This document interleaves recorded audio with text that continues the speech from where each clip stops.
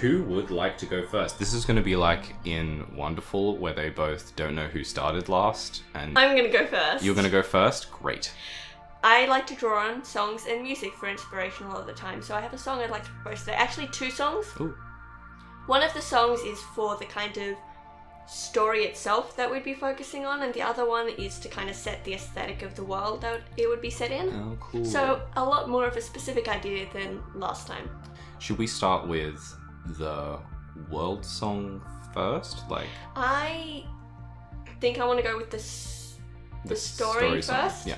So, the song is Bell Bottoms by the John Spencer Blues Explosion. This sounds like amazing nonsense. I found it from Baby Driver. Oh, okay. It's a good song. I've heard it then. Yeah, it's in the Discord, so if you haven't heard it, you can go find a link to it there. So you can start to build the image in your mind while you're listening to the song. The idea for this one is neon cyberpunk space pirates. I'm just gonna write that down. Okay, yeah, so I could literally picture some of the people singing that as characters in this band. Kind of thinking Firefly, but neon and more pirate aesthetic than cowboy. Yeah, absolutely. I could for sure see that. The first vibe that I got was the game Borderlands. Borderlands 3 just came out. I haven't played it, but looks really cool. And I've always loved the aesthetic of like the kill or be killed world, and it's very like I don't know how to describe it, but just like really over the top and extreme. It's sort of I know you said just then the pirates instead of cowboys, but like the similarity that pirate stories and cowboy stories have is that, like, you know, it's very brutal and stuff, but it's also like extremely over the top, and like, yeah, you know, there's a lot of blood and gore, but it's like that doesn't mean reality. That means like extreme restraints. The limitations are beyond the normal. And that was sort of the vibe I was getting. I also had like immediately was like, this is a casino heist. Yeah, like a big heist like, sort of thing. Yeah, totally. Like that song feels like it's playing in the background of a heist. Yeah, like a shootout in somewhere really fancy. Yeah, absolutely. I mean, it's in Baby Driver, so chase scenes and yeah. It sounds like a chase scene. Yeah, it's really good. Then I've got another song which more kind of, I think, sets the aesthetic of the world, how I picture it. Cool. Mostly the music video that goes with it. Okay. Starlight Brigade by, I think it's pronounced Twerp. Oh yeah. I haven't actually yet. People just say Tupperware Remix Party because that's what it's short for.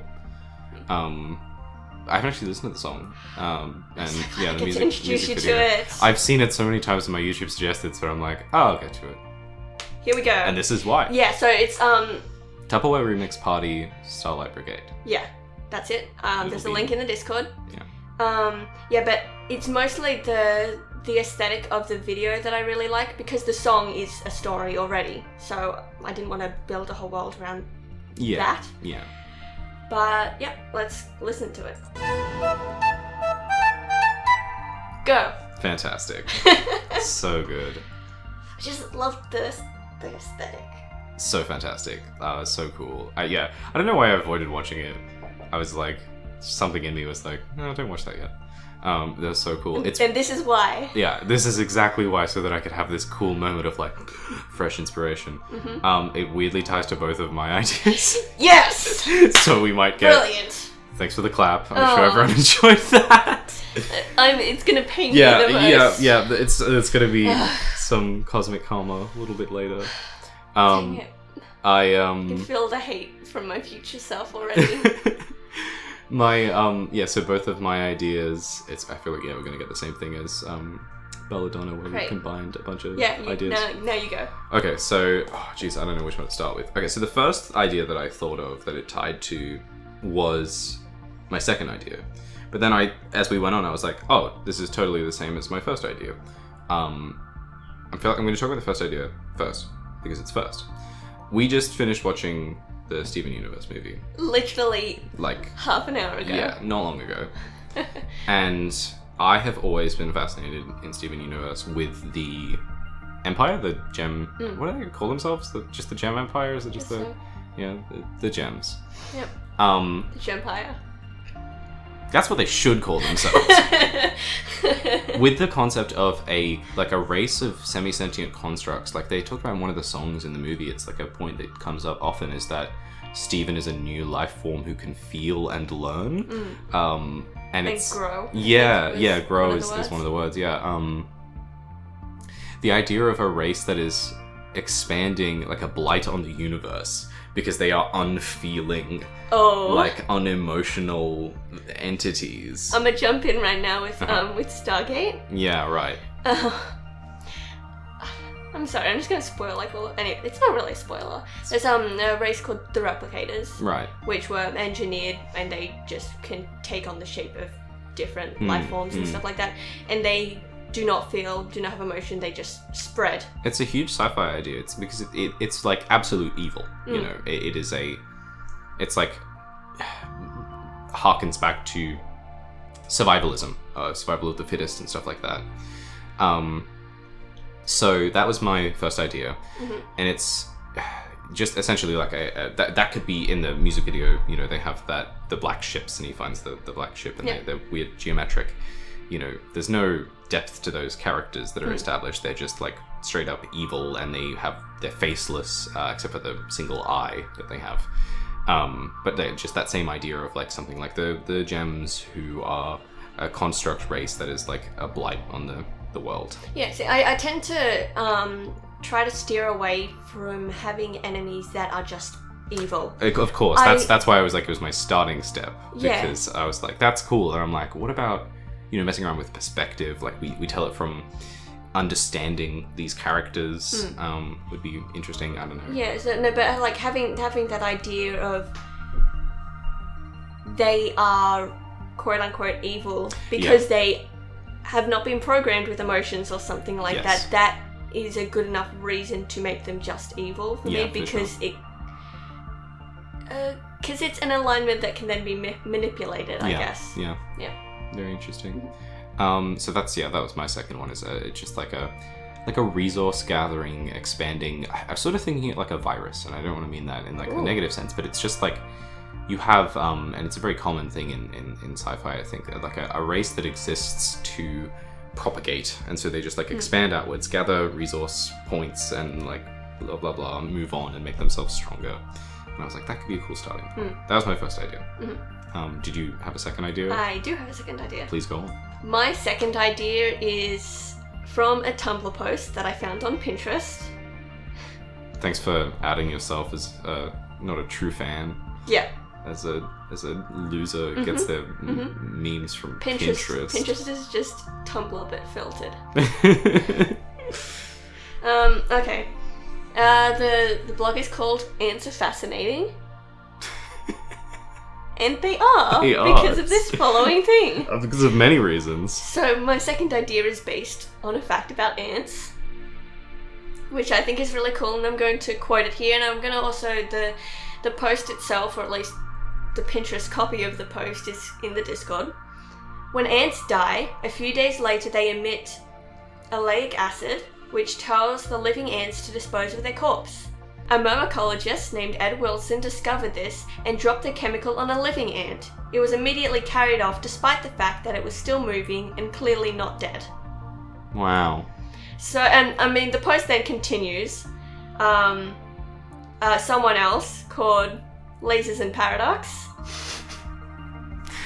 Fantastic. Appropriate. Yeah. Said, you left out the part where the ant, believing herself to be dead, stayed in the self-imposed exile in the ant graveyard until the acid wore off and she realized she was not supposed to be in the ant graveyard. That's a mood. It's like... We've all been there. Like, I think... No, I'm dead. Yeah, wow. I'm dead. Wow. Yeah, so, I don't know, some kind of... something. Maybe we could somehow combine all four of our ideas. I think we're leaning into sci-fi here. So maybe some kind of creation, some kind of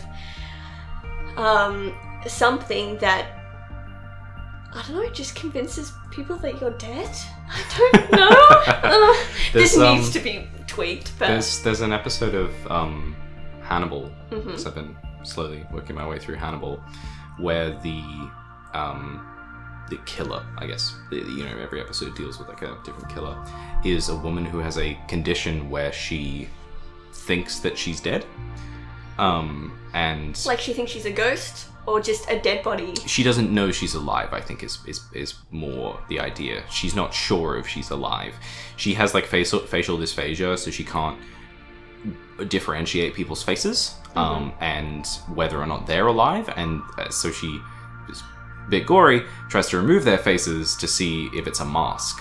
And it's like she has a lot of stuff going on, but just she doesn't feel pain or anything 'cause she's not convinced she's alive. Is a really interesting concept. Yeah, because I mean, technically, pain is just a brain thing. Yeah, it's just a... So the idea that you can just believe hard enough and Yeah. turn off that chemical production. Yeah, absolutely. Weird. That's... Okay, those are some cool bases. I have my second one as well, and I'm going to open my phone and look at it. There's a game that I love. Big nerd today. Really? Yeah. Shadow of the Colossus. Do you know about it? Have I Only mentioned it from before? you. Yeah, okay, I've mentioned it before. I think I've mentioned it on the podcast as well. So, the idea that I love about Shadow of the Colossus is it's this very empty world that is very full of feeling. It's like it uses open space and emptiness to give you the sense of awe and scale, especially with the fact that you're fighting huge creatures. This is that one that you showed me that video about where they searched for 10 years about the This is the exactly secret. the one, yes. Awesome. I did. That's the only video I've ever seen about it, and I love it. Yep, So yeah. So the video in question, we'll find it and put it in the Discord. It's in the Discord right now. It's in the Discord right now. My mother is calling me, but I'll get back to her later. But it's essentially talking about how they spent lots and lots of... Alicia's giggling about the fact that I'm ignoring my mother. I love her dearly. No. I was just looking at the name. Oh yeah, the old Len. Her name's Leanne, but I don't know why it's that. You don't know why it's Leanne? Oh. No, why it's the old Len. I know why it's Leanne, No, on account of it's- her mother named her that. People usually call her Lenny. Anyway. Yeah, the idea that people were convinced that there were hidden secrets in Shadow of the Colossus, which there were, but they were convinced that there was more, and there was like this forum post that went on for 10 years of people trying to find the secrets of Shadow of the Colossus, doing all of these special things at special times and stuff like that to work out secrets, which were never there. But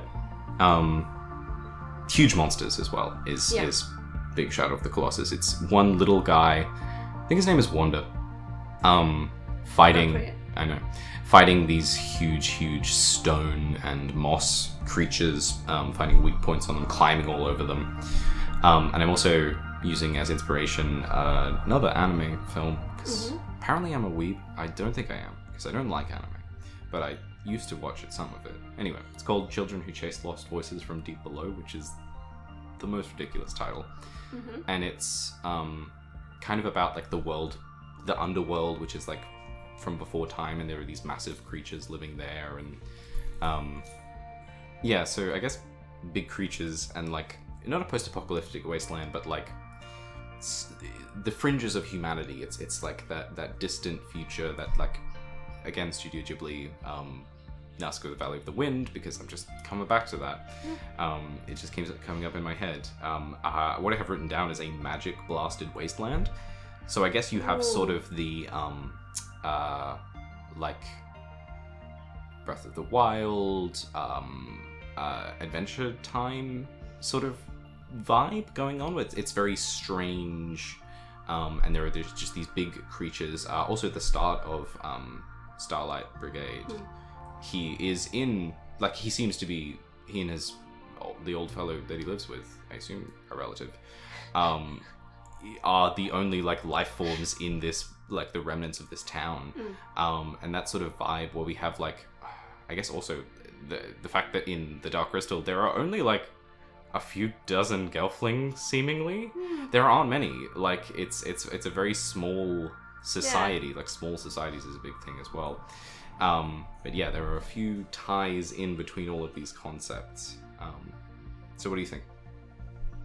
about that idea, or No, all of them? It could be interesting to try and tie them together. I think we pick a figurehead. Yeah? Yeah. Okay.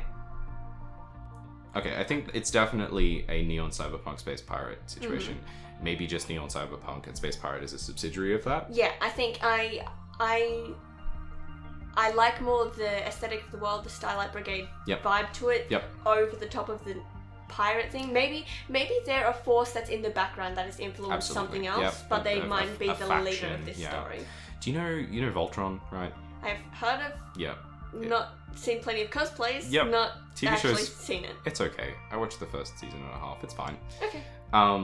But that is the same vibe. I also actually, the start of my inspiration for Shadow of the Colossus was 80s cartoons or 80s fantasy movies and stuff like that. Yeah, 80s. That's sort of the vibe that we're going for. Okay, yeah, that, that's obviously a huge inspiration for Tapboy Remix Party and Dan Everdan. They all grew up in that era and love all of those things. Like, yeah, so sort of like, what's that one called? The Neverending Story. Like that vibe was what I was going for at first, and then I was like, oh, kind of the vibe that Shadow of the Colossus has. Just this, I don't know, I guess it's hard to define, but like people don't die per se, you know. It's like, it's very, there are other consequences there. It's I don't know. That's just an idea I'm toying around with. Okay, so we've kind of got this like, we've got the kind of world tone. Yes. The tone of the world. Tone of the world is definitely established. We need to narrow it down to something. All right. So, I mean, we could use the same, like, ant idea. I think we could tie that in with your kind of barren, wasteland kind of thing somehow. Maybe we could look at it more as like a space kind of wasteland. Like a blight, where there are wrecks of spaceships littered everywhere, space stations, like a Bermuda Triangle in space. Oh, that's cool. Oh, it's okay. So it's centered around this planet or cluster of planets, like a system maybe, that is like a Bermuda Triangle, or like a what do they call it? The dead zone between war fronts or something like that. This is the like layover planet. I feel is it mid-war? Is it after the war? Probably after. I think it's the remnants of an ancient war. It feels very quiet and like, I think Firefly is a good touchstone. Yeah, I agree. That's a nice. That's the feeling. Yeah, because not necessarily the aesthetic, but it's got that feeling. I like the idea of this place is empty, but because of the past that's been there, it feels loud. Yeah. Even though it's quiet. It's like the inhabitants there are aware that all of the objects around them that they're like scavenging off of, like Rey in Star Wars, you know, are from an ancient war, but unlike Rey in Star Wars, they don't care what it is. Yeah. It's like, oh, this has been here forever, and we just use it. This is the big metal thing that you go in to get the chips out of. We live in a hollowed out bomb. Exactly. That is the vibe, whereas it's sort of like, you know, in parts of Firefly, they're not concerned about the political structure. It's just like, no, we're just smuggling, and that's the problem we're dealing with now. Other times it's like, oh, we're dealing with the Reavers and how that's related to the Empire, and we're getting River out of there and whatever. I like maybe no human species. I think that's interesting. Could be really interesting. Like just lots of wild mutants stuff. And ooh, nice. Maybe there were humans, but not anymore. Either any human, like very much thinking Cassandra in Doctor Who. Like there were humans, but at this point they've slept with everything else. They've bred the human out of them. Yeah. No more. Yeah. No humans left. No humans left. Yeah. Okay. That's really cool. I think, do we want to center all the stories on and around this planet or system? I feel like it could be cool to have like a hub of ideas and like things moving in and out. Even like, I don't know, the word refugee comes to mind. Some kind of refugee hub. That's cool. That's actually really cool. Maybe. It does make it difficult having like an isolated thing, but if the whole world is isolated, then that's your whole story, right? It's not like this planet is, or this system, whatever planet is. Anyway, this place is away from the action. This is the height of populace, you know. No one else is anywhere of importance. There is this one place where they do have technology, they do have stuff, but it's all ancient remnants, things left over, and it's stories like, you know, your classic like anime thing of them uncovering some sort of ancient tech, and it's like, now I have a mech and I'm 11, you know, that sort of vibe. So I don't know. I'm thinking of ways to try and tie this ant thing into it. Yes. And I was thinking, I don't know, maybe these people don't live inside this kind of Bermuda Triangle area, but they all live just outside it. Maybe there's, I don't know, some kind of radiation. A resource to get there, I assume, like, it would be a reason to enter it, but going with your I don't know, I was even thinking maybe there's something left over from the aftermath of this war, some kind of radiation that's contained within this Bermuda Triangle, that when you enter it, if you leave, people think you're dead. That's interesting. Maybe you think you're dead. I don't know. And maybe someone leaves it and they're still okay, but everyone thinks they're. I don't know. Well, in Firefly, they have like you've seen the film, right? Mm-hmm. Yeah, you've seen Serenity. Spoilers for a show that came out 10 years ago.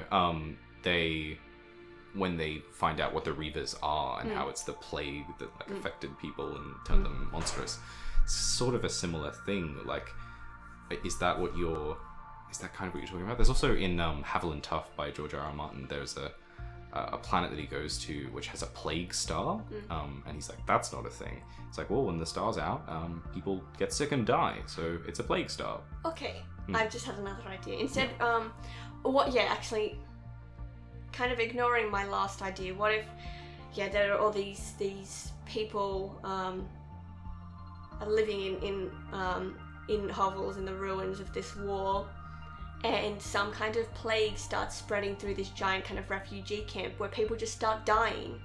But they're not actually dying. People just see them and they see them dead, but it's perception. That's really interesting. I think that could be something interesting. Okay, so we want to have this is the premise of an ancient war. Maybe one of the factions in the war was this insectoid construct race, if we want to combine those two ideas, and this is like a biological weapon that they had stored and someone has activated it, or one of the factions in this world has used it for some purpose. I think we're almost treading on territory that's close to Belladonna, which is tough. It's going to be tough when we're like threading that line between settings that have similar ideas. But I think the theme of the world is a lot more positive than Belladonna. Yeah, it feels a bit more triumphant. They're going to win. Yeah. In Belladonna, they're not. No, it's doomed. Yeah. In this setting, they're going to find the cure. Yeah. Maybe, it'll take several hundred years or lots of different stories culminating into a survivable way of life. You just pointed that out, and I find that really interesting. In this story that's bright and neon, lots of colours, it'll turn out okay. In Belladonna, black and white, noir, it won't. Yeah. Like just that. Yeah, even just that simple difference. The colour palette. Yep. Predicts the ends of the story. Absolutely. Well, it would be atonal if this bright neon, happy, lots of very perfect shapes setting, everyone died. And we're gonna do that one day. We're gonna do that one day. Yeah, but we're starting off easy. Yeah. Easy and readable. Okay, this is cool. Let's start talking about some of the facts. Some of the okay. Let's fine tune it. What was this war? I think it was. Do we need to know? No, I think we don't need to know in the fullness. We only need a certain few pegs that tie it down. I don't even feel like it was that ancient a war. Maybe 50, 100 years ago. Yeah. And I think having it fresh enough for people to remember the horror of it makes it's that environment feel more harrowing. Yeah, for sure. Make the desperation of these people to survive in this kind of refugee camp just that much more serious. If it was refugee planet, I guess, which is such a cool idea. I don't even. Yeah, sorry. No, please. I don't necessarily picture a planet, more like a space station. Yeah, that's just kind of like it was built just out of nothing. It just slowly got bigger. Like someone will trash space station. Someone will crash their ship into it and just kind of that just builds and expands. You dock a ship on it, and then they just build metal out so that ship is and then another ship docks and. Yeah, I like that. It's like a barge made out of rafts and boats and stuff like that, but in space. Nice. That's really cool. Yeah. I feel like okay, so these people are scavengers. They live on this probably they call it the barge or something like that. Big floating chunk pile. Exactly. And there are these planets all around that have old warships that are the size of cities that have crashed into them, and they're like, okay, we're going to do an expedition today. We're going to take our best flyer down to the planet side, covered in mutants and horrible creatures, remnants of the old war, machines that are still like fighting things off, but we need an energy core. Yeah. You know, the basic food pellets, whatever. And so they're like breaking through metal and like grabbing things out. And this plague is one of the complications that comes in to mess that up. And not only are they dealing with like massive insectoid robots or... Yeah, like you could literally have these people get infected by this plague, come back, and everyone on the ship is like, oh my god, it's just a dead ship.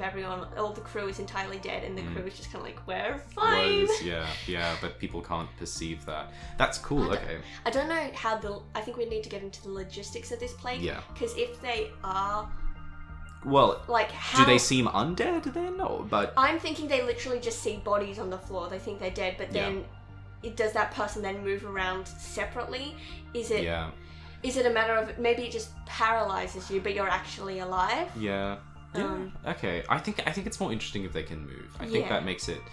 Then they're like a moving piece in this that is very strange. Then maybe it's beyond perception and it comes into augmentation. Yeah. Like well, there's sort of like two figures to the plague. It's like there's like an airborne and then there's like a physical. So if you physically spread it, if you touch someone, then they are dead, inverted commas. But if someone is just like breathing the air, then they're perceiving them as dead, right? Yeah. So they are also infected, but with a different part of it. I was thinking that someone needs to discover this ship if the ship becomes infected in one of the stories, in the timeline, essentially.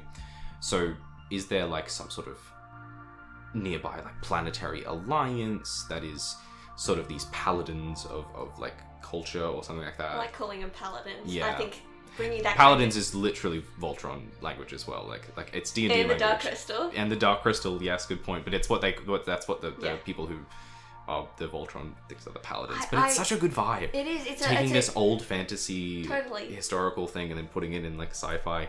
Crusader. Yeah. Is this a very like, so we've just made a homebrew setting for a short-run D&D campaign that we're doing, and it's very... Which we've got to bring to here sometime. We'll talk about it so much. The world is called Alta, and it's cool. And it's science fantasy is like the vibe, I think. But very cyberpunk. Is that the vibe that we're going for? Is it like swords, like energy swords? Or is it actual like guns? I'm thinking more like laser blasters and lightsabers and stuff like that. But still like that same vibe. I think it's similar. I don't think, whereas Alter is very technology. I think. Yeah. I feel like this world didn't get that technology breakthrough, and they're still just people trying to survive in their most basic form. Yep.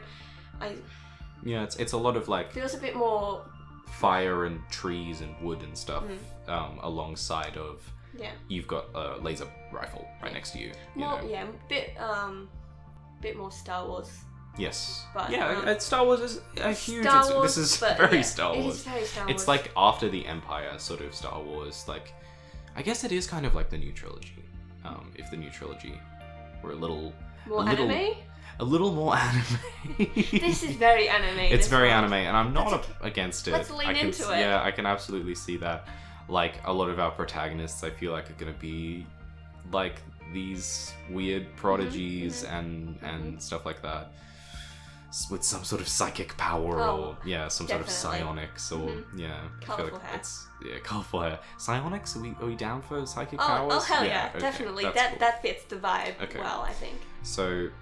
Yeah, psionics. Alright, we've got the paladins of the Planetary Alliance, and we've got the scavengers. Those are sort of our groups that we've got going at the moment. Are the... Having a giggle? The paladins of the Planetary Alliance? Popa. They're obviously called Popa. If we can find a synonym for alliance that starts with E, they will be called Pope. I think Popa sounds cute. Yeah, it is. I think people make fun of them for it all the time. We're very cool. Leave us alone. Don't be mean to us. We'll kill you. Shut up. Leave me alone. Okay, so you got the paladins, you got these scavengers. How about these insectoid ants, right? The ants. Ants is definitely An acronym. Yep. Yeah. Alien. No, I can't think of anything. I'll find something. Yeah. If I found something, it's in the Discord. So these insects are probably still around, but it's like I think they're like probably like one of those things that reproduces really fast. You know, that was the idea, is that they're these constructs, they find a resource and they build new parts of themselves. They like break off part of them. You know, they're not fully evil, they're just trying to survive. Yeah. So they're probably still around. Maybe one of the stories is about like reactivating one of them in like a ruin. They sent off in the final days of the war. They're like, okay, we're sending off egg pods. You know, this ship is a nursery ship, and we're going to crash it on one of the dead zone planets. And someone is scrapping for parts, and they uncover one of these eggs and start the war again. Essentially. Oh, cool. I could even think about them like frangipani trees, where you stick a limb in the ground and you sprout a new one, where they just find a ship full of all these like these bits of these creatures and like ew, and they expose it to air, and so they start growing again. And that's so cool. That's so cool. Like they die and they don't. They're just like, this is temporary. Kind of like, yeah. Again, back to the crystal gems. Like they get what is it called? Popped or where they turn into a gem, and then they can just reform after some time. But with these things, you cut off a leg, and a new one grows from the leg, and starfish. the old one grows back a leg. Yeah. So they're like, that's how they reproduce. They just cut one in half, and it makes two. That's very cool. That's very cool. I'm sure it's exhausting for them, and that's why they need to like eat or just whatever. Sucks then, because that's an enemy you can't kill, because you kill them, and that just makes more of them. They've got a weakness, surely. Oh, That's something to find. Okay, insect creatures.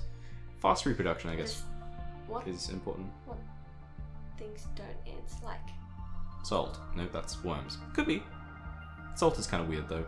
I just think fire, but fire is very basic. It is. Yeah. There's something, definitely, that'll come up. Like iron, that could be very Fey-like. Fear of iron. Okay, so we've got sort of these very, like, classic archetypes of this, like, setting. Yeah. What can we do to break that? Yes, exactly. Good. Like move this into something new. Something more original. Yeah. Exactly. Well, it's pretty original. Anyway, yeah. Let's have a look at our starting ideas. We've got Neon Cyberpunk Space Pirates. The Space Pirates aspect, I wrote down Big Heist. I feel like, I don't know if that can come into it. Sort of the Borderlands idea as well of, like, I guess with our setting, we are kind of going for something classic. If we're going for like this 80s movie. Yeah, I think that's okay. Yeah, nothing wrong with that. Yeah, I was also just thinking we can probably have the Space Pirates as a thing in the background, and we might visit that story another time. Yeah, for sure. But see how it ties in. It's very like faction oriented. I feel like even possibly this could be a setting where a lot of our stories center around the same group of people, you know, or a couple groups that are moving in sort of counter or with along with one another, contrast sort of thing, which would be very, very interesting. Like you've got these very officious, like the paladins who could be more like scientists, sort of like the Star Trek vibe of them, just like exploring the world and cataloging it. Yeah, I like that. Like explorers, cartographers. Okay, we've got a few things about this world. Well, if there are like lots of species on this refugee place, where have all these species come from? Were there like lots of planets here that were like obliterated in this war, and these are just the remnants of species that are almost extinct, like clinging to each other? I think some of them probably some of them are the descendants of war survivors. Like their ancestors are probably like great heroes in their minds, even though they were just like people who didn't die in this war and ended up isolated in space. There was soldiers who won the war and then didn't know what to do next, so they just won the war is an interesting idea. Did they win, or was it mutually assured destruction? I think maybe it sounds like they just all blew each other up, and this is just what's left. Maybe some soldiers ran away, and you know, that's I think that's an interesting faction. What if these paladins are seeking retribution for breaking divine oath, essentially? Like, oh, you are the scavenger people, you are descended, your fathers and your fathers' fathers ran from a noble cause, and for that the world is, or the universe is ruined. Yeah, I was even just thinking then that could be a way that we structure social hierarchies, that the kind of success of your ancestors in this war. Cool. Yeah. So it's like, well, my ancestor ran away and left their comrades to die, and so therefore I am an outcast or something like That's that. cool. So it's all the sins of the father. So this space station, we'll find a word, is a conglomeration of the descendants of cowards. That's cool. These people who have been shunned from society and are just desperate to have anywhere to belong, so they're belonging to each other. What about, okay, this is an interesting idea that is completely out of the blue. What if there is a way that you can tell implicitly who someone's parents are? Oh, I like that. What if there is like some sort of, it's, okay, writing off of this idea that we're talking about with the sort of plague pheromone that is. Oh, I like that thing. word. Yeah, perfect. Because that's what it is, right? Yeah. The ant pheromone. Maybe they didn't engineer it. It's just a natural thing. Yeah. Anyway. So maybe the I want to say like the alliance side, the non-insect side of this war, and there are probably multiple factions in the war, and we'll get to that later. Okay, here's my idea. We were talking about Sense8 before, and it's sort of inspired by, I was talking about how in Sense8 you can share your abilities. You have the abilities of your ancestors. Yeah. You have their memories and their skills and things because of this pheromone that like inhabits you. Ooh, interesting. And you can pass it on to your children and stuff like that. And that means you know the shame of your ancestors. And every generation, the warriors get more and more powerful. Memory's hereditary. Exactly. But I think you have to like unlock it throughout your life. And that can be like the psionic powers, you know. It's like, oh, my ancestor had psionic powers. I still have those, but I need to work out. I need to like live through key moments in their life or like imitate them. We can take off like the Steven Universe movie of when you experience something similar to that, you unlock that memory. Yep. Okay. And so I'm guessing this is probably a different species than these ant ones. There's some kind of creature that's particularly psionic. I think the idea is that they took like this ant pheromone and genetically engineered it to do this thing, and then just gave it to everyone on the inverted commas good team of this alliance, the human alliance. And so now, no matter what race you are, everyone has this thing, and that's where the hierarchy is based off of. It's like you are a reincarnation, kind of. You know, we're all the avatar. Everyone's a reincarnation of your. The past sins of your ancestors are literal, because it's like you remember that. It's basically the same. That's how they see it. Memory is the same as like culpability in. I think that's the word. Like you did that thing because you remember it. You remember doing it. Some people don't remember doing it, and that's the problem. It's like your ancestor killed my ancestor. It's like, yeah, but I don't remember that. You do, I don't. Yeah, I can see so many interesting things coming into it then of running into someone that a past ancestor was like married to or something. Is like, that's so cool. I don't know, because I myself technically have never had a relationship with you, but I remember this and I kind of feel like I should, but I also don't want to. Stuff like that. It could be very cool then, like this protagonist group of really anime like teens or whatever it is. Probably not teens. 18 plus. It could be teens. It could be teens, but yeah. Is like some of them, it's like, oh, our ancestors fought together in the war, and they don't find that out until later, you know. They so we formed a band. Those memories. Yeah, exactly. God, that's cool. Okay, I like that. They're definitely a band. They're a garage band. That's so cool. They're a ska band. They're a big grunge punk situation. Okay, it's happening now. It's trash punk, and it's real cool. I'm just gonna write that down. I was also just thinking, I mean, these are still just people, but they're, every time a new generation comes around, they're taking on the memories of so many more people. Like, physically, I think, are people going to be capable of this? Like, what if Oh, there are...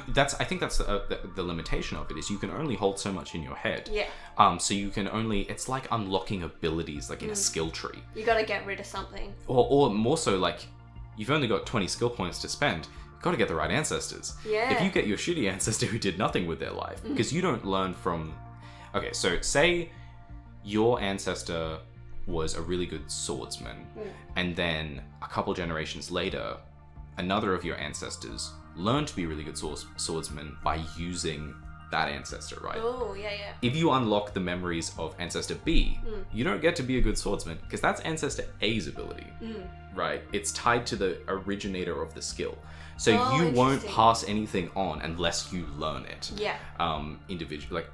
Which means if you've got one really good ancestor who is really good at everything, you want to get that one. Yeah. Especially if you've got a lot of other really bad ones, which is kind of a weird system. Yeah. But I think it's fun. Yeah, I think it's really fun. Totally. And it's very anime. Yes. It is super anime. It's very like... I love it. Yeah. And I think it's like, psychic powers and like people learning feats of strength beyond physical limitation and stuff like that. These are all things that you can learn, but also like knowledge, like history and stuff like that. There's probably like a seer character whose awesome. ancestors were all historians, and so they have like visions and flashbacks of just learning moments from their ancestors' histories. Oh, that's cool. This is really cool. That's awesome. I think we've made it something unique. This is nice. Yeah. Have you thought of a name at all? Any this... sort of idea? Neon was my first thought, because I think it just captures everything about the setting, but I don't know. Do you mind if I take a minute to think Take about it? as long as you need. Okay, I'm gonna pause. I'm voting for Rat Bunker, because I think Rat Bunker is cool as hell. Okay, well, let's go with that. If I have any other ideas, It's I'll a let working you know. title. It's always a working title. Okay, sure. Yeah. Okay, so for now, this setting is called Rat Bunker, and I think we have most of what we need to run some stories in it. It's a little different. It's a little bit of a different one. Yeah. I very much like it. Me too. Okay.